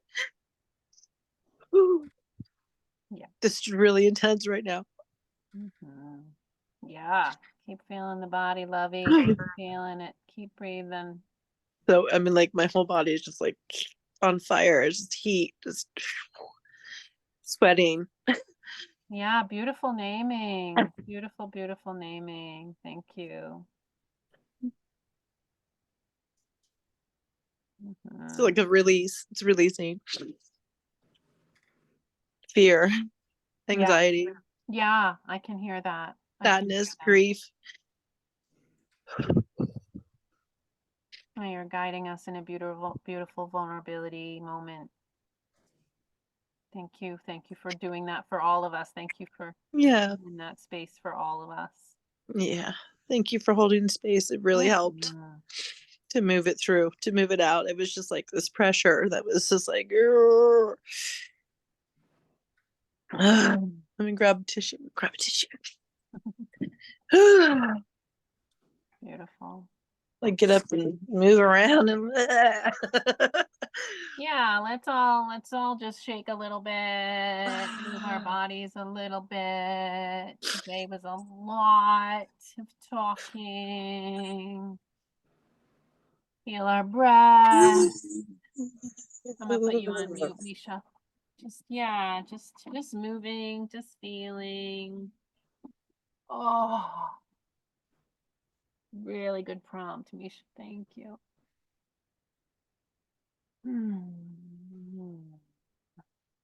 Look at the puppy dog. Look at the puppy dog. Oh.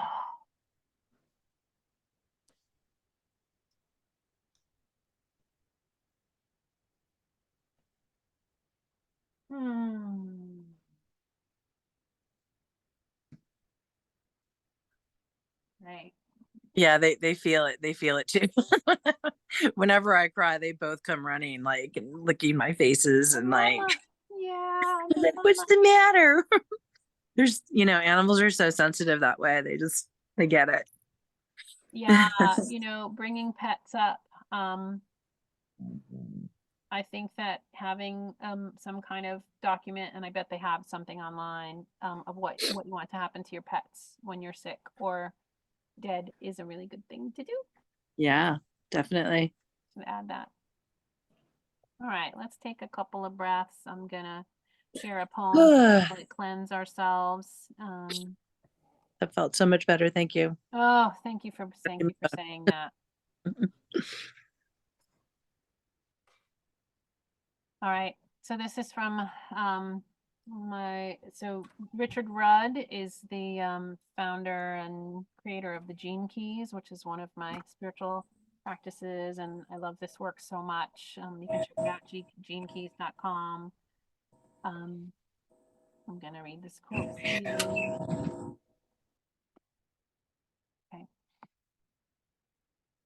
When the human mind imagines the concept of immortality, it does so from within its own limitations. The mind can only conceptualize something within time, so it sees immortality as time that simply stretches into the future forever. True immortality is actually the cessation of time altogether. This is the only way to escape death, to live so entirely within the present moment that death cannot exist. When the human mind imagines the concept of immortality, it does so from within its own limitations. The mind can only conceptualize something within time, so it sees immortality as time that simply stretches into the future forever. True immortality is actually the cessation of time altogether. This is the only way to escape death, to live so entirely within the present moment that death cannot exist.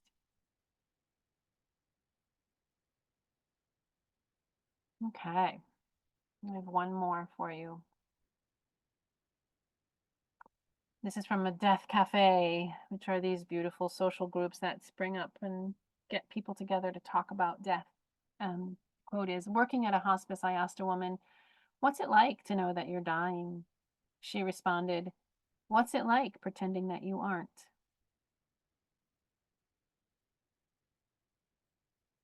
What's it like to know that you're dying? What's it like pretending that you aren't? Okay, so I want to talk a little bit about this death tradition stuff that Michael brought up last week, and I wrote an article that I want to share with you. It's called Community Grief, and I want to do a little trigger warning around it. It's about a death of a child in my intentional community. So prepare yourself for that grief if you're going to read the article. I don't know why it links it in a weird way like that. Let me link one at a time here in the chat. It's on my website. It's called Community Grief. Oops. Sending it in the chat. That's a standalone one. And then I wrote another article this week based on this conversation called Moving Away from Appropriation of Death Traditions to Reclaim Our Own Lineage and History. So I'm going to talk about the first article, and then I'm going to talk about the second article.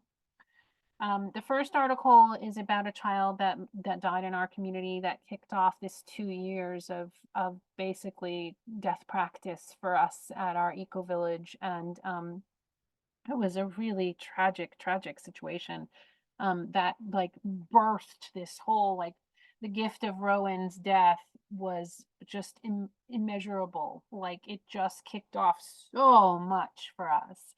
And you know, part of the reason we're here in this class is because of Rowan's death. And I talk in that article about all of the different spiritual traditions that got brought together in the midst of our grief and horror, and trying to comfort these parents, and grappling with, oh, what do we even do? How do we even hold this? And all of these beautiful traditions came together, and then I realized, like, oh, I had been talking about this this process we went through, and I really didn't speak about appropriation. And so then I wanted to sort of speak a little bit about at least my sort of new nascent understanding about appropriation, and I wrote this article. So I linked it. And then it's not quite finished. I'm finishing touches on it, but I think if you want to read it, you'll get the idea of it. And I linked it in the Community Grief article so that it's connected. And so we talked about death traditions last time, and Michael, you know, in this beautiful way was like, can't we pull from these traditions that are sane and intact? And like, why do we have to reinvent the wheel here? And I love that question. And I think what I have been learning, as a person that's been classified as white through my own lineage, even though my immigrant ancestors would never have understood that really, is that we have, because we have been disconnected from our own lineages so fully, usually from immigration and modernization and industrialization, we don't remember these traditions. And so what we do is we look towards cultures that have them more intact and we take them. And so that is coming from a really important place in us, a really trying to meet a really important need of like making some meaning of death, and really longing for some framework, some infrastructure. And so, and yet when we take these traditions without responsibility or without context or without permission, we aren't being caring for the traditions that those practices come from. So there's a couple of solutions around that, and I just really wanted to speak to that, which is first and foremost, we turn to our own traditions. And how we do that is we ask our elders. If there's no more elders around, then we turn to the death tradition carriers of our own culture. They're out there, they're teaching, they're writing, they've written, so we can find those. We pay folks from the traditions we want to borrow from to get their knowledge, and we do initiations and ritual and care, that we make sure if we're going to carry those traditions that aren't ours, that we're really doing it with care and respect and reverence and honoring. So really, it's about being attuned and sensitive to where these traditions come from. And I spell all that out in the article, really trying to be sensitive to, if we've done this, if we have done inappropriate borrowing and taking from traditions, that we can do better because we know better. And that's a track that I'm on now, trying to do better and know better about this. And I'm also really trying to turn to my own death traditions. And I wanted to give you an example of that.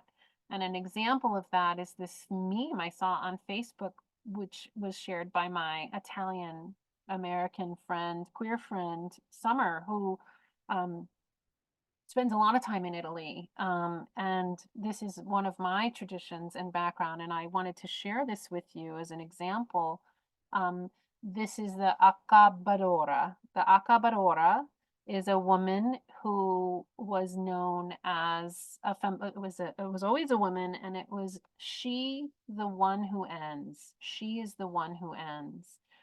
And in many rural traditions in Italy for probably centuries, there was this hammer that the death midwife would come, sing songs, say the rosary, do whatever in the family, and in a darkened room. And often there's no medicines, there's no doctors, there's none of this. The dying person may be sort of racked with pain and confusion and fear, and then they give death. Right? They use this hammer in just the right way and just the right place on the skull to end the suffering. And these women were seen as the bringers of death in a really sacred way. They weren't seen as murderers. And so I imagine, this is an example, I imagine there's these traditions in all of our lineages and histories, right? And so how do we find them, right? How do we reclaim them? And it's interesting that you brought this up, Michael, because I'm imagining with you, having such strong and deep roots in Israel. I think of the Jewish culture as having one of the most intact systems around death, and the vigil, the post-death vigils. And so like, how can we pull from our own traditions, and then when we do borrow from others, that we be mindful? So I'm going to stop there because that was a lot of words, and open that up for conversation and discussion if folks have things to add and offer. Death traditions. Meg. I want to thank you. I think these kinds of stories and names and pictures are so helpful for those of us for whom death has been taboo and, we're not allowed to talk about it. And of course, this makes so much sense that there would be, yeah, pain and suffering and confusion. And there would be a point where the family says, please, please come, we're ready now. And I'm also just so curious about the word how we say abracadabra. Oh, Acabadora. Yeah, that's interesting. Oh, I hadn't thought about that. Yeah, thank you. Michael, please. Also, just to abracadabra is Hebrew. Ah, Yeah, and it's ed abra evarach edaber, and you speak, and so it shall be in Hebrew, because I speak Hebrew, and everyone in Israel knows that. But I wanted to say about my people, the Jewish people, I agree. There's a great legacy of how the mourners, can grieve and gather, and they have timelines, a week of Shiva, and then a year, then 2 months till the tombstone, and you get together for that. So all kinds of milestones. I love that. But I don't think there's much about, don't resuscitate or how to transition. And then there's all the soul understandings, Jewish souls. Come on. So Okay. anyway, Yeah, so that's so there's some intact and then there's some gaps, and I hear that. I love that. I am part of a near-death experience Facebook group, which I love and is so active, and they post every day, and there's all these really creative, intelligent questions happening there. Highly recommend it. Like near-death experiences and like what happens after life. It's just a bunch of people like asking fascinating questions, which I love. And then I wanted to speak to one more thing, and then I'd love to hear from you, Tessa, if you want to share, because Tessa helped me frame this whole week, this whole last week, and I'd love to hear from you as, someone who's more into the social justice world. I took a class from a woman named Jude Lally, who is a Celtic priestess, and she was talking about the wailing women and how wailing has been a tradition in most of our lineages, where women would be hired to come to these experiences and wail, because it gets the grief moving for everybody. And that's really important, that we don't bury that in our bodies, right? So that's another piece. Like Jude Lally teaches a class on Celtic wailing. Awesome class, highly recommend it. Tessa, do you have anything you want to add or share? Yeah, sure. I appreciate you bringing it up, and I think like the photos and traditions that you share from your own lineage is really beautiful, and like that's like such a cool thing that I've like never heard of before. And I'm sure that like all of us have interesting things in our own lineages that we could connect to in different ways. I think the thing that like prompted my conversation with you over this last week for me was like wanting to have a lot of intentionality and sacredness around the fact that we're talking about death traditions, and as reshaping our own death traditions, that can sometimes result in pulling in traditions from people that are practicing their traditions around us. And oftentimes that can be from Indigenous and Black and Brown communities. And particularly in that context, as like white folk, death is such a huge weighted thing for so many people, and with so much violence and death for like Black and Brown people that at the hands of white people, I think like having consideration and sacredness and compassion for that in the way that like moving through integrity with our own deaths is linked to this larger collective, both within our own lineage and our own ancestors, but then also this like these larger systems of life and death that we're a part of. And like, I very much am of the mindset that the like journey of our souls is so like beautifully interwoven with the journey of the physical world, and that liberation within our like personal selves is linked to and inextricable from or inseparable from the liberation and freedom of community and the people around us. And to be able to have like consciousness and awareness of our own experience and how that's linked to and impacts the people around us as we're trying to consciously move through death. I think acknowledging like history of ourselves and of other people is a like important factor in that, because death is such a big thing, especially, and is that we get like this. I think it's so beautiful that so many of us are here like considering our own conscious deaths, and not everyone gets that opportunity. Yeah. Thank you, sweetheart. I always like to acknowledge that I have mentors that are older than me, and I also have mentors that are younger than me. And I love that, Tessa, you've been a mentor to me in this work, and as have many young folks who are like, hey, can we look at this in a larger cultural, sociological context? So thank you for letting me bring that in. And those articles are there for reference, and just my referencing pre-industrial and even post-industrial America is actually a great place to find some of these death traditions, as we, and most of us as immigrants, became into this melting pot. And really, it wasn't until the mid 1900s that even some of the rural areas exported their death to a funeral industry. I mean, we kept this stuff at home for a very long time. And so, you know, we don't have to go far to find some of these death traditions. And if we can reclaim them and help each other in them, which we're going to talk a lot about next week, which is at-home death care and or hybrid death care, funeral industry, and ways in which we can influence what we want. So next week is death care and financial considerations, and then the last 2 weeks we're moving into internal preparation for death.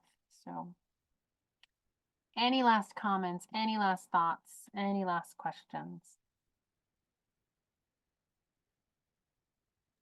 This was a very full day. Thank you for hanging in there.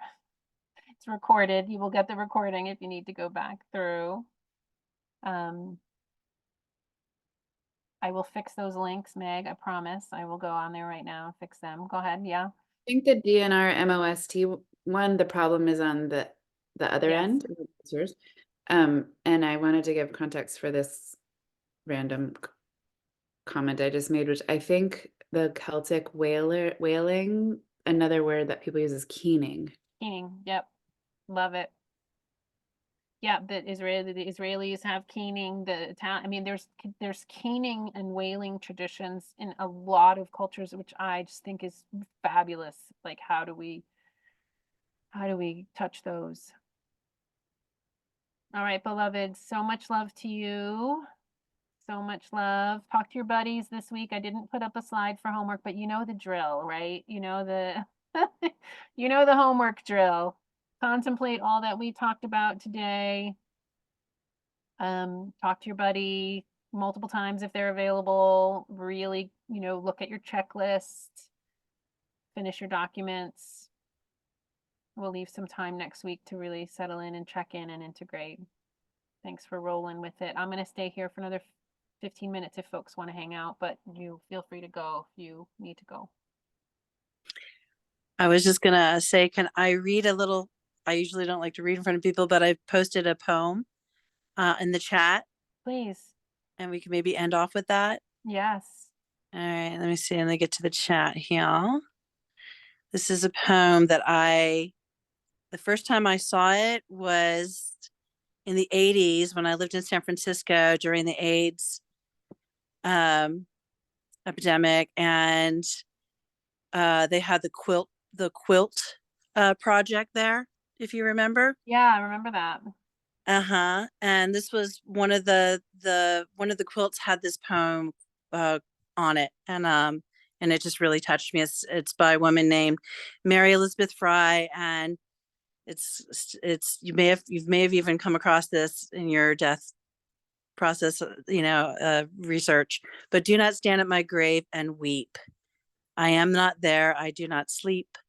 I am 1,000 winds that blow. I am the diamond's glint on snow. I am the sunlight on ripened grain. I am the gentle autumn rain. When you awaken in the morning's hush, I am the swift uplifting rush of quiet birds in circled flight. I am the soft stars that shine at night. Do not stand at my grave and cry. I am not there. I did not die.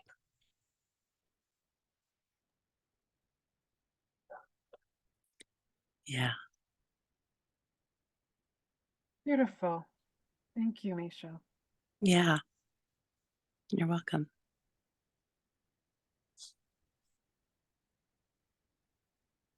I will bring this up next week, but I did just, Susan was, oh, she's still here. I will bring this up next week, but there's the end of life pet care stuff. Okay. But that's actually, I take that back. That's actually for a pet that is at the end of their life.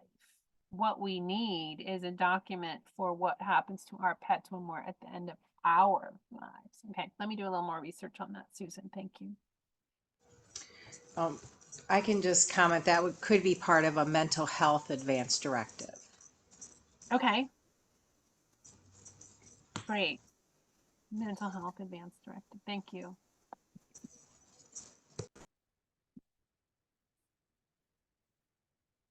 Great.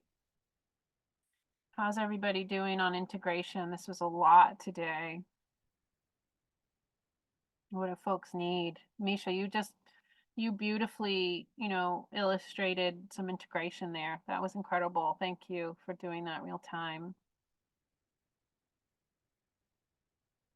Moving stuff through our bodies, through our emotions.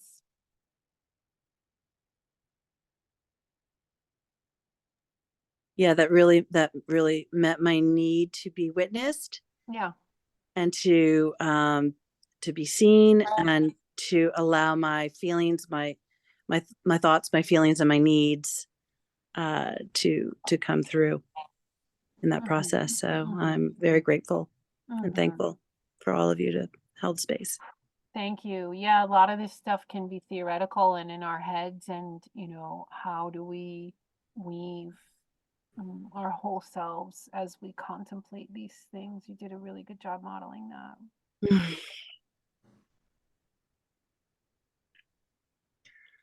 I wanted to share that my gratitude for this group and meetings, because I expressed today, this lone wolf way of dying. So I do have a desire to find compassion and connect with some rites of passage.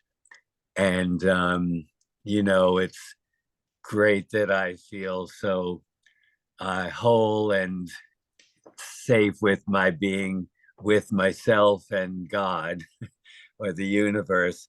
But there's also some real opening of my heart that I feel with all of you in terms of like considering family and friends, and the way I hear you all talking about it, and that's a consideration. And this lone wolf just would have taken the left turn.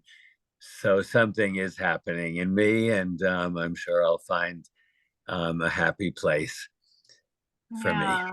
Well, I love what you're bringing, and for me, it goes to we are the pioneers. If death is a gift, we are the pioneers. What else is possible? And this idea that if we had a death literate culture, there'd be stories, movies, all kinds of things out there for people who chose the lone wolf path, right? Like that would be a legitimate, valid, celebrated, sacred path. And then we would learn about that. And then we'd say, oh, does that resonate for me?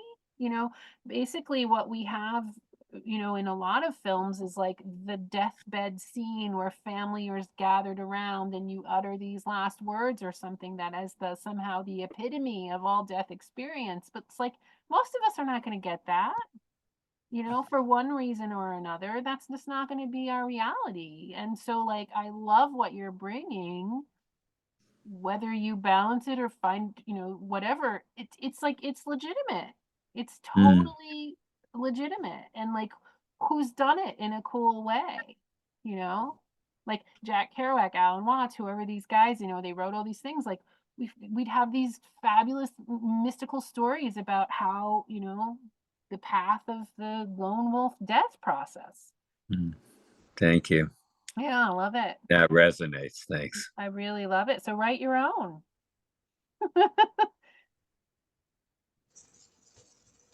My friend Ilana just wrote a piece that she's looking to get it published, and I've been bugging her for years to write this piece. She's in a Jewish tradition too. Her parents at 92 and 96 decided that they wanted to stop eating and drinking, which is a really valid way to end your life. Neither of them had a disease, a diagnosis, or a terminal diagnosis, nothing. They were just 92 and 96. They were done. And they took 6 months to research this whole thing, get their daughters on board, get the proper permission from the assisted living place they were in, which was like quite an edge because they were very freaked out about it. And then they had their daughters like take off of work and make the time and space, and then they stopped eating and drinking. Incredible story. It was here in Asheville. I don't know how long ago, maybe 15 years ago or so. And they died in about 2 weeks, within 45 minutes of each other. They had a last kiss. They were in sort of separate spaces, and then they came together and recognized, they'd been married for, whatever, 60, 70 years, something like that. And then Ilana and her sister like walked through this whole journey with them. So empowering. They were clear and cognizant the whole time. Had a powerful ending. No suffering, very little. I haven't read her account yet. She just sent it to me. I've been bugging her for years to do this. She just wrote it this week, and she was asking me like, where do I publish this?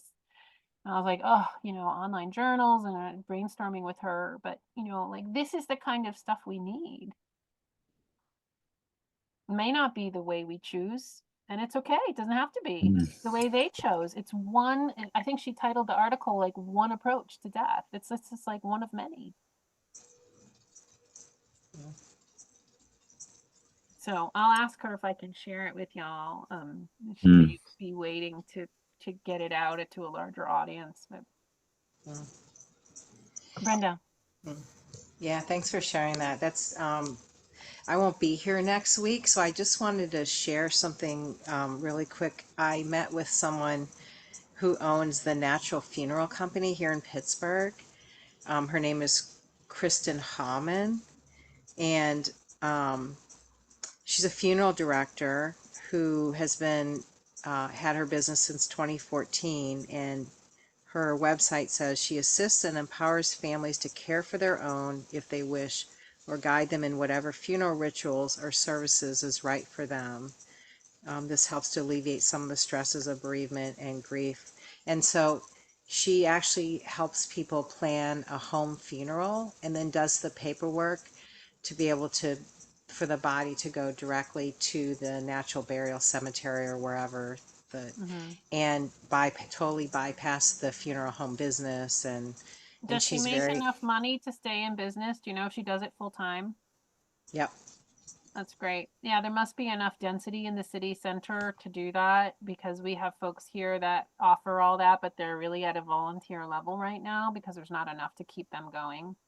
But the tide will turn. There will be a sea change at some point where enough of us are requesting those services Right now, it's either, in most places, it's either do it yourself or have the funeral home do it, and there's very little hybrid. But we have to change that. And so it's really great to know that she has enough business to support herself, to make this a gig, to make, you know, to make this be her profession. Yeah, I think she also, I take that back. She also does some work for the Wolf Memorial Company, Yeah. who it's a regular funeral home, but the way she's talking about, she goes and gives presentations to groups Yeah. and different companies and things, and it was a really great meeting. I mean, we sat over coffee for 2 hours, and I actually referred her to your website and to you, Lee, just but I didn't even know this existed. You know, Yeah, that well, it's going to be happening more and more, but you know, the timing has to really be right. You know, she's having to educate people in order to use her service. You yeah. know, at some point, hopefully there'll be enough demand that we can employ these people again, you know, Yeah. and you know, unfortunately the funeral industry is a good old boys network that really has the whole thing locked up. There's very few women in positions of leadership, very few women funeral directors, and you very few options to say, hey, can we do some of these things in a different way? As soon as the funeral industry as it is starts losing business, I bet they're going to be open to some significant change. But so we're right at that threshold. We are right there. So thank you. Brenda, if you don't mind me asking, what is her title? What, like, if someone wanted to like do a Google search, say, to find someone that helps in these ways, what would you put in the Google search to look for? I would probably put in natural funeral Natural death care. or natural Natural death death. care. Yeah. For her, you could put Or in, death doula?